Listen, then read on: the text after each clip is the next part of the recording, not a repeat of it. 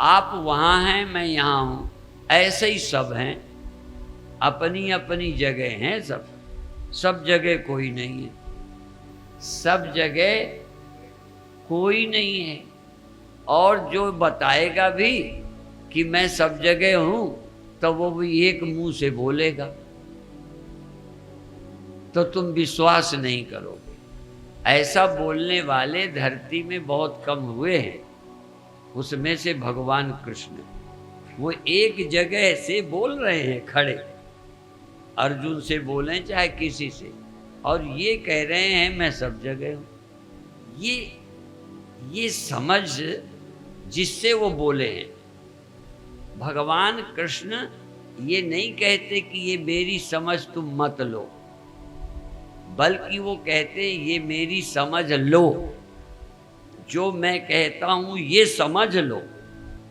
आखिर भगवान कृष्ण एक जगह देह से, एक जबान से बोलते समय, एक मन से जग के बोलते समय ये बोल रहे हैं कि सब जगह मैं हूं, सब मुझ में। और कृष्ण तो कहते हैं जो मुझे सब जगह देखता है।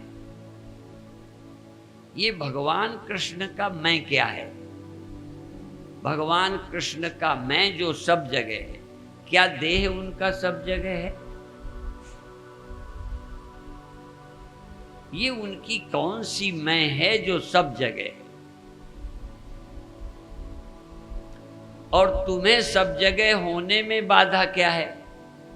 कृष्ण का, भगवान का देह एक जगह होते कृष्ण भगवान की मैं को सब जगह होने में कोई बाधा नहीं। हमारी देह का एक जगह होना और देह में मेरा मैंपन होना, कृष्ण भगवान का मैंपन देह में भी है और जहाँ देह नहीं वहाँ भी है। जैसे किसी लहर का मैंपन केवल वहाँ हो जहाँ लहर है, और किसी लहर में रहने वाले पानी का मैं लहर में भी है। ऐसा नहीं कि लहर को छोड़ गया है, सब जगह होने के लिए। इसलिए एक उदाहरण दिया करता हूँ कि जब अंडा, चिड़िया का बच्चा अंडे में होता है तब बाहर नहीं होता, ठीक है? इसलिए अंडे की तरह भगवान देह में नहीं रहते। ध्यान रखो, अंडे के भीतर जब बच्चा चिड़िया होती है तब बाहर, और जब बाहर आ जाती है तब भीतर नहीं होती। अच्छा, लहर में पानी जब भीतर है तब बाहर नहीं है। लहर के अंदर है कि कहो नहीं है, और पानी बाहर। अच्छा, दूसरी लहर में एक चिड़िया एक अंडे में होती है तो दूसरे में नहीं होती। ये ऐसी चिड़िया है जो ब्रह्मांड में होती है। तुम जरूर चिड़िया हो, इसलिए द्वासुपर्णा। द्वासुपर्णा का अर्थ है दो तरह की चिड़िया। एक चिड़िया हर शरीर में अंडे की तरह रह रही है, मैं, और एक ऐसी है जो सब मैं में, जितनी मैं है संसार में सब में रहती है। सर्वस्य चाहम हृदि सन्निविष्टो मत्ता स्मृतिर ज्ञानमपोहनंच वेदैश्च सर्वैरहमेव वेद्यो वेदांत कृत वेद विदेव चाहम। जैसे एक देह होने पर, इंद्रियां अलग कृष्ण भगवान की होने पर, मन भी उनका है जिससे बोलते हैं, फिर भी कृष्ण भगवान के पास ऐसी भी एक समझ की मैं है जो सब जगह है, जिसमें सब रहते हैं। अब ये तो कृष्ण की बात बता दी मैंने, अब मैं उपनिषद की बता दूं। वो कहती है उपनिषद, देखो भगवान है जो अपने को ऐसा बताते हैं। उपनिषद कहते हैं हम ना भगवान कहते हैं ना कुछ कहते हैं, यह तो सर्वाणि भूतानि, कोई भी इनमें, कृष्ण हो चाहे आम आदमी हो, यह इनमें से जो भी शरीरधारी हैं, इनमें से यह जो कोई यह तो सर्वाणि भूतानि आत्मनि एव अनुपश्यति सर्वभूतेषु च आत्मानं ततो न विजुगुप्सते। अर्थात जो कृष्ण भगवान अपने लिए बोल रहे हैं वो भगवान है, अर्जुन को बोल रहे हैं वो भगत है। ग्रंथ बहुत चालाकी से कहते हैं, वो कहते हैं कोई भी जो अपने को सब जगह देखता है, अपने को, अब कोई एक जगह बैठा, एक मन वाला, एक इंद्रियों वाला, एक अलग, और ये अपने को सब में कैसे देखे? देखने को कहा है यह तो सर्वाणि भूतानि आत्मनि, जो सब प्राणियों को अपने आप में, जैसे जो सब लहरों को अपने में देखता है, और ये देखने का काम किसी लहर में रह के कर रहा, सब जगह कहाँ से देखता है?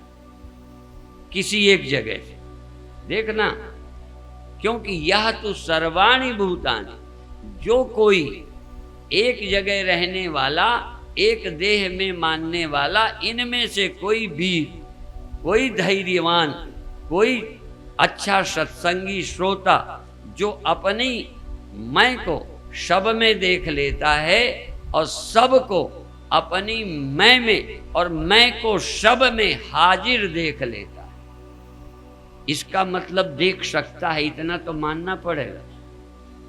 देख पाया तुमने ये नहीं, इसका मतलब ऐसा कोई व्यक्ति देख सकता है कि नहीं? उपनिषद कहता है ऐसा जो देखता है, तो ऐसा कोई देख सकता होगा ना?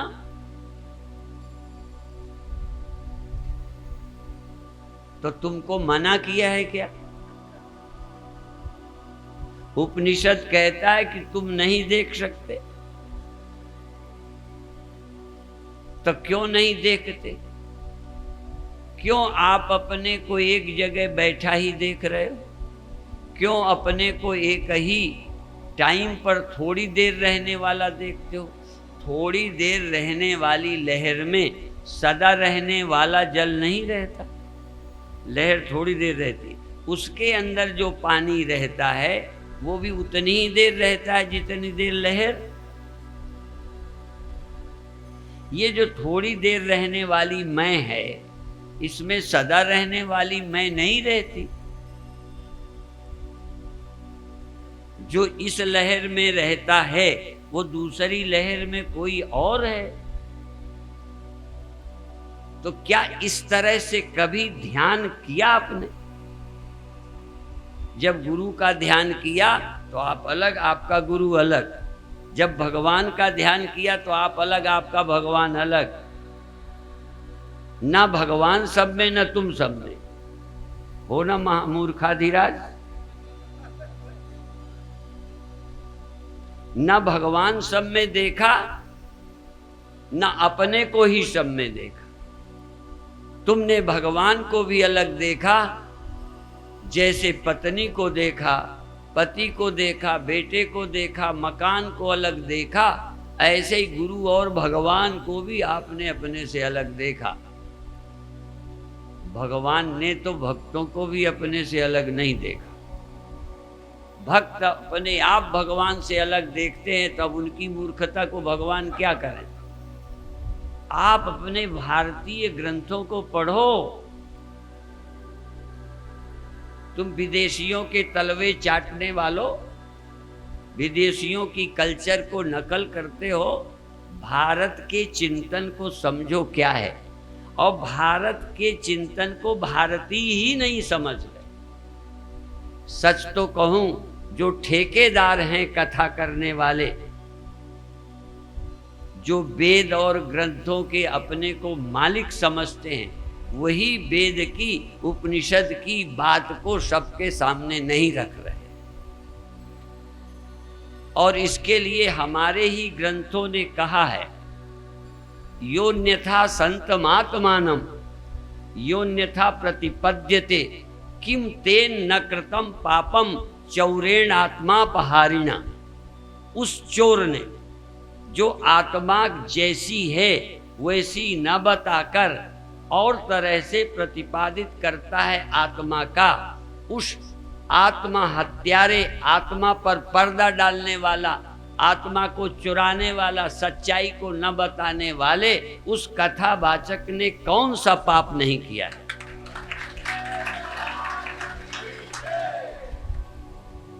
किम तेन न कृतम पापम, उसने कौन सा पाप नहीं किया जिसने आत्मा का ही आच्छादन कर दिया, स्पष्ट नहीं किया। इससे बड़ा पाप कौन होगा? कन्या की हत्या भी इतना बड़ा पाप नहीं है, गो हत्या भी इतना बड़ा पाप नहीं है जितना किसी व्यक्ति की आत्मा को मर जाने वाला सिद्ध करना। किसी की आत्मा मर जाती है ये सिद्ध करने के लिए तेरे को गुरु बनाया, तेरे को ये समझाने के लिए इतने बड़े ग्रंथ लिखे गए। तेरी बुद्धि की प्रशंसा तब करते जब उस ग्रंथ के सत्य को तू सत्य बताने में मेहनत करता। तूने तो सारी मेहनत जीव के ब्रह्म न होने में लगा दी। जीव को दुखी है, तू फंसा है, तू फलाना है, ये दिमाग में बिठाने में जितना मेहनत की उतना बेचारे को तूने मुक्त करने की नहीं की। जिन पर तुम भरोसा करते हो वही इतने दयालु उपकारी नहीं हैं कि सत्य तुम्हारे सामने खोल कर रख दे। इसलिए ग्रंथों ने कहा है गूढ़ौ तत्व न साधु दुरामय, गूढ़ से गूढ़ रहस्य साधु नहीं छिपाते यदि कोई उसका जानने की इच्छा वाला मिल जाए। गूढ़ौ तत्व न साधु दुरामय, आरत अधिकारी जहां पावा। अब पहले तो सुनो और कभी ध्यान करो। मैं बैठा हूं ध्यान मत करो, मैं भीतर हूं बाहर नहीं हूं ये ध्यान मत करो। ये तो अंडा हो गए। अंडे को यदि बातचीत करें, पूछे तू कहाँ है, तो बच्चा बोलेगा मैं अंडे के भीतर हूं। जब बाहर हो जाएगा तो वो कहेगा अब मैं भीतर नहीं हूं। अभी तुम्हारी सोच कभी भीतर हो तो बाहर नहीं होते, बाहर होते हो तो भीतर नहीं होते। ध्यान में और क्या है? यहाँ होते हो ध्यान में तो वहाँ नहीं होते, वहाँ होते हो तो यहाँ नहीं होते। यही तो शिकायत है। और हम कहना चाहते हैं जगह ही खाली नहीं है तुमसे, वहाँ कैसे जाओगे, यहाँ से निकलोगे कैसे? पर ऐसा तुमने मैं को समझा ही नहीं कभी, और समझना चाहते भी नहीं, समझ में आता भी नहीं जल्दी। कश्चित् धीरा प्रत्यगात्मानमैक्षत आवृत्य चक्षु अमृतत्वमिच्छन्। कश्चित् धीरा, जिनमें धीर नहीं है, धैर्य नहीं है, जैसा आया वैसे ही होने दे, सोचने दो। तुम्हें लगता है मैं बाहर चला जाता हूं ध्यान में, तू चला कैसे जाएगा? लहर चली जाएगी, पानी कहाँ गया? लहर मिट जाएगी, पानी कैसे? तू पानी का विचार ही नहीं करता। बिना सत्य का विचार किए साधना किए जा रहा है। इसलिए गोस्वामी जी कहते हैं तुलसीदास हरि गुरु करुणा बिन विमल विवेक न होई, बिन विवेक संसार घोर निधि पार न पावे कोई।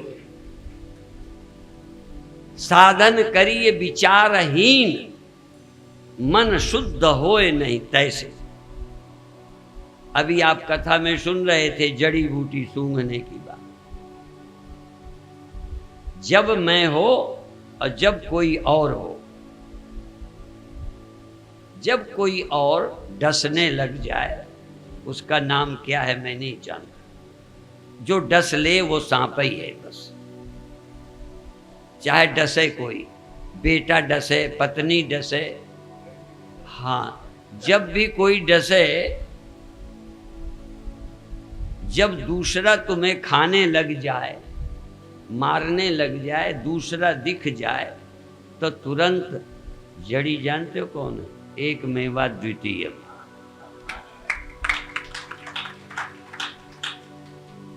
बस तुरंत ख्याल करो, चैतन्य वो इदम सर्वम, अहमेवेदम सर्वम।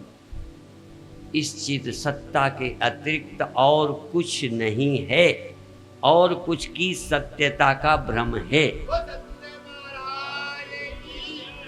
और सब स्वप्न है। सत्य तो आप चैतन्य ही हो, और चैतन्य भी एक जगह बैठे नहीं, एक जगह बैठकर सोचोगे, क्योंकि और कहीं सोचने की तुम्हें जरूरत ही नहीं।